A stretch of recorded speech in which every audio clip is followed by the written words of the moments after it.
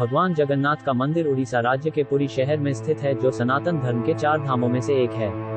प्रतिदिन यहाँ हजारों की संख्या में श्रद्धालु भगवान जगन्नाथ के दर्शन करने आते हैं तथा वर्ष में एक बार होने वाली जगन्नाथ रथ यात्रा सर्वप्रसिद्ध है। इस मंदिर से कई रहस्य तथा रोचक तथ्य भी जुड़े हुए हैं, जो यहाँ आने वाले लोगों को आश्चर्यचकित कर देते हैं।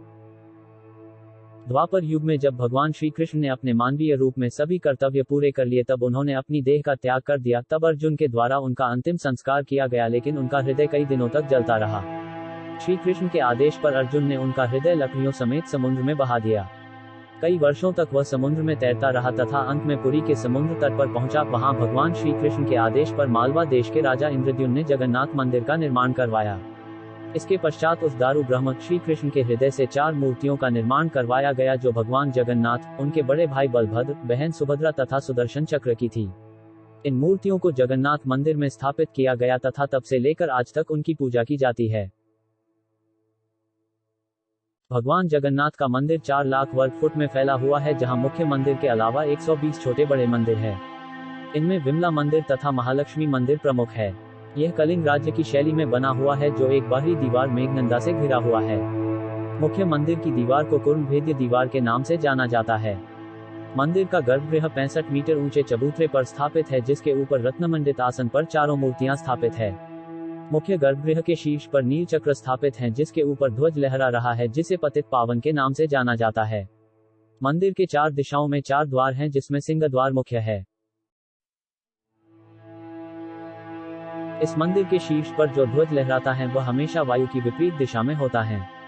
यह तो कोई भी बता सकता है कि कोई भी ध्वज हमेशा वायु की दिशा में ही लहराएगा, लेकिन यह ध्वज हमेशा वायु की विपरीत दिशा में ही लहराएगा। साथ ही इस ध्वज को वहां के पुजारी के द्वारा प्रतिदिन बदला जाता है, जो कि सबसे ऊंचाई पर स्थित है।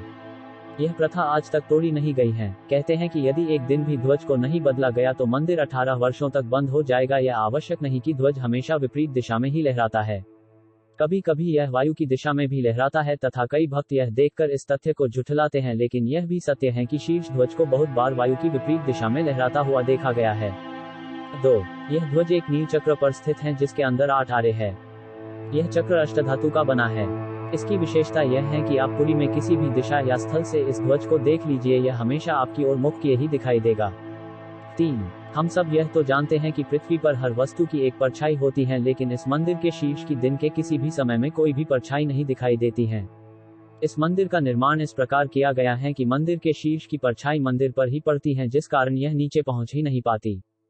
4. विश्व के सभी समुद्र तटों पर वायु दिन के समय समुद्र से भूमि की ओर तथा शाम में भूमि से समुद्र की ओर बहती है, लेकिन पुरी के समुद्र तट पर ठीक इसका विपरीत होता है, अर्थात यहाँ दिन में वायु भूमि से समुद्र की ओर तथा संध्या में समुद्र से भूमि की ओर बहती है।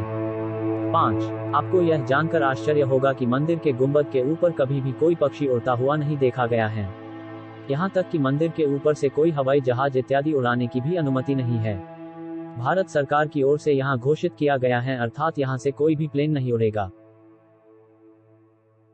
इस मंदिर की रसोई को विश्व की सबसे बड़ी रसोई माना जाता है, क्योंकि यहाँ एक बार में 20 लाख लोगों का पेट भर सकता है। लेकिन रहस्य यह नहीं है, बल्कि रहस्य यहाँ प्रसाद के बनने पर है। यहाँ पर महाप्रसाद 7 लकड़ी के बर्तनों में बनाया जाता है, जिन्हें आग पर एक के ऊपर एक रखा जाता है। इस दौरान सबसे ऊपर वाले पात्र में रखा भोजन सबसे पहले पकता है तथा उसके बाद एक एक करके उसके नीचे वाले पात्रों में भोजन पकता है। मंदिर के महाप्रसाद से एक और रहस्य जुड़ा हुआ है। प्रतिदिन मंदिर में दर्शन करने आने वाले श्रद्धालुओं की संख्या भिन्न होती है, लेकिन महाप्रसाद वर्ष के प्रत्येक दिन एक ही मात्रा में बनता है। आश्चर्य की बात यह है कि यह महाप्रसाद ना कभी कम पड़ता है तथा ना ही कभी बचता है। इस मंदिर का मुख्य द्वार सिंह द्वार है, जहां से मंदिर के अंदर प्रवेश किया जाता है। यह मंदिर समुद्र तट के निकट ही स्थित है, लेकिन आश्चर्य की बात यह है कि जैसे ही आप सिंह द्वार से मंदिर के अंदर प्रवेश करेंगे तो आपको समुद्र की लहरों की ध्वनि सुननी बिल्कुल बंद हो जाएगी, जबकि बाहर निकलते ही वह आपको सुनाई देने लगेगी। हर 9, 12 तथा 19 वर्षों में तीनों मुख्य मूर्तियों के बाहरी आवरण को बदला जाता है। इस समय किसी को भी यह दृश्य देखने की अनुमति नहीं होती, क्योंकि कहते हैं कि मूर्ति के अंदर का आवरण भगवान श्री कृष्ण के शरीर से बना हुआ है। स्वयं पुजारी भी इस समय अपनी आंखों पर पट्टी बांध कर रखते हैं तथा हाथों पर कपड़ा लपेट लेते हैं। जगन्नाथ मंदिर की समुद्र से रक्षा करने के लिए भगवान श्री कृष्ण ने हनुमान को समुद्र तट पर तैनात किया था, लेकिन कभी कभी हनुमान जी भगवान के दर्शन करने के उद्देश्य से मंदिर में चले आते थे, जिसके कारण समुद्र भी पीछे पीछे चला आता था।